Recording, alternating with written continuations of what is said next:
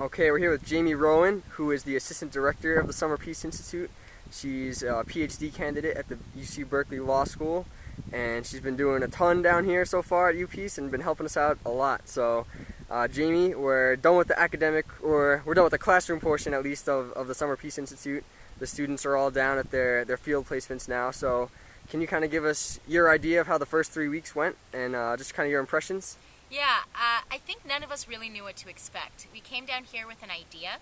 That idea was to bring students from around the world together to a very unique setting to talk about issues that involve all of us, that affect all of us, and to encourage an exchange of ideas with people who have a lot of different backgrounds, and to kind of collectively problem solve.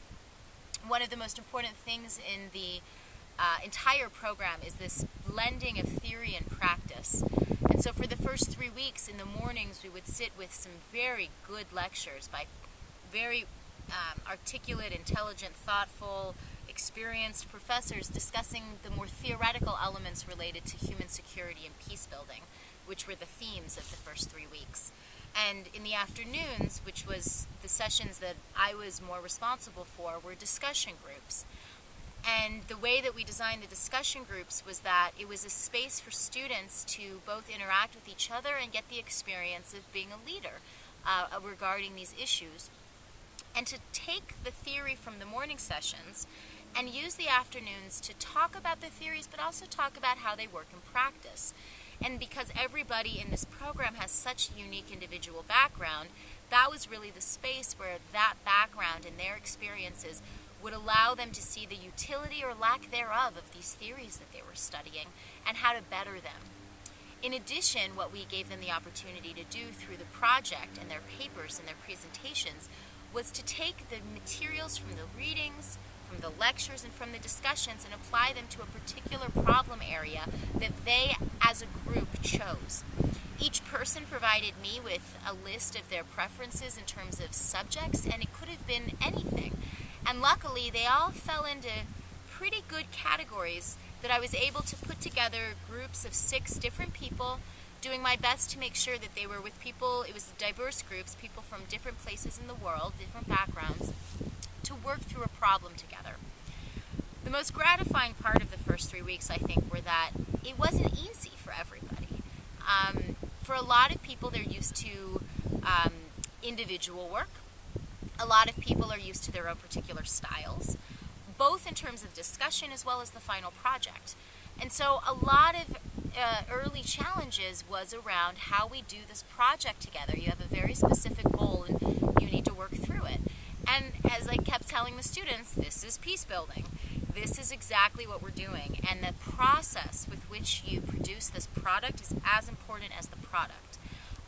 So it's going to be very important, no matter how challenging it is for you, to learn and figure out and problem solve how to work through it. I mean, if you can't do it with 6 people interested in peace at the University of Peace in a controlled setting, how do you expect to go create change that allows everybody to feel like they're a part of the change in a more challenging setting?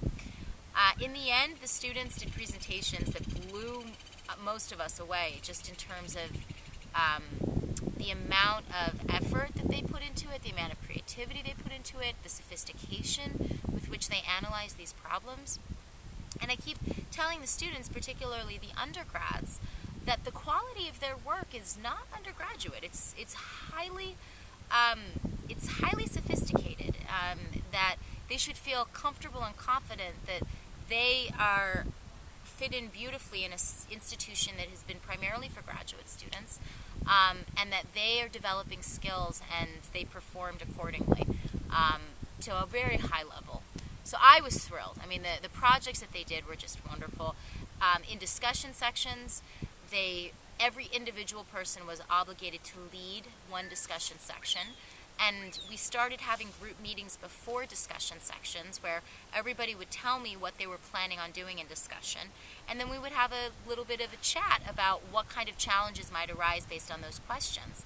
And those were wonderful mini discussions in themselves where people were exchanging ideas, and you could see that there was a particular topic for the day, and all these people were coming with different approaches to it. And then sitting in on discussions, watching the people lead, particularly the people that may not naturally lead a discussion, rise to the occasion. I mean, really remarkably rise to the occasion. And the respect that people were showing each other. So I feel just incredibly positive about the first 3 weeks. I think it was one of the more efficient 3 weeks I've seen in terms of the educational value, both what they did in the classroom as well as what happened socially. And it wasn't all perfect because, again, people had different backgrounds, and yet in the end it felt like a cohesive group. It felt like a community. There was a lot of support for the presentations, and that was incredible. Then, as I was just saying to some leaders here, the amount of work that these students put into the first 3 weeks. They didn't. This is a place where you could go be social. I mean, it's a summer program. These students are here to learn. They over and over, that was just apparent that they were here to learn and work hard, and they did. So my standards tend to be high, and they were fully met, realized. I'm impressed. Awesome, Jamie. And yeah, I think I've heard lots of comments from the students. At first, some of them were a little bit frustrated with the emphasis on the theory and maybe some clashing personalities in groups. But I did speak to those same students by the end of the 3 weeks, and all of them kind of gave me the same feedback that you're giving me right now. How they felt like that in itself was its own act of peace building and whatnot. So it seemed like they got the same thing out of it. And yeah, it's funny. I think for you personally, I don't think I've ever seen a person smile so much in a 3 week period. So I think it looks like you've had a blast, and I think the kids could say the same. And I know you were just telling me you're planning to go down to Gandoka this weekend, right? To see some of the students down there. Can you explain a little bit about that? Sure. So right now we're in the 2 week period where the students are doing their field sites, and I thought it would be important to let them settle in also before going out and what's going on. And so far so good. We have a good team that's in charge. If anything is a problem, they know who to call, and they can get their needs met. And now we're going to go visit and see how the sites are. So tomorrow we're going to go to some San Jose sites. The students that are working in the city are doing more work with people, more vulnerable people, and we want to see how that's going. So we'll be going to a program that works primarily with teenagers in San Jose, and possibly one that works with infants. And then Friday, we're hoping to go up north to a lodge that's in a very beautiful part of the country. It's mountainous, high elevation, very green, and there's a very nice ecotourism project. And there's a lot of students that are interested in green building and sustainable development, and so they're there living in the lodge. So we'll visit them on Friday and see how their work is going. We already have feedback that they're working and everything is going okay, but it'll be very important to hear from the students how they're feeling. And then Saturday and Sunday, we're going to go to the east coast of the country, which is very different from this part of the country. It's more influenced by the Caribbean. And there's a project there where they're taking care of sea turtles. And it's another community-based development project that's based on taking ownership of the communal goods, basically, and there they have turtles, and they're trying to make sure that they continue to reproduce and they're in a safe space, and so the students are helping that project. We don't know what to expect. We're hoping that the students are getting to work and to actually see how these different organizations work, and that piece of peace building out of the theory, out of the classroom. I have no doubt that they're having challenges.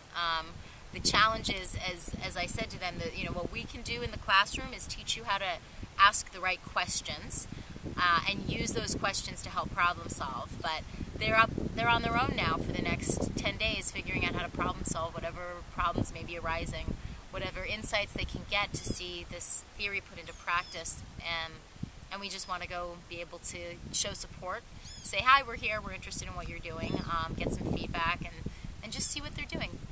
Cool. Well, we'll definitely try to catch up with you after that and hear about how that went. So. Yeah. All right. Thanks very much, Jamie. Yeah.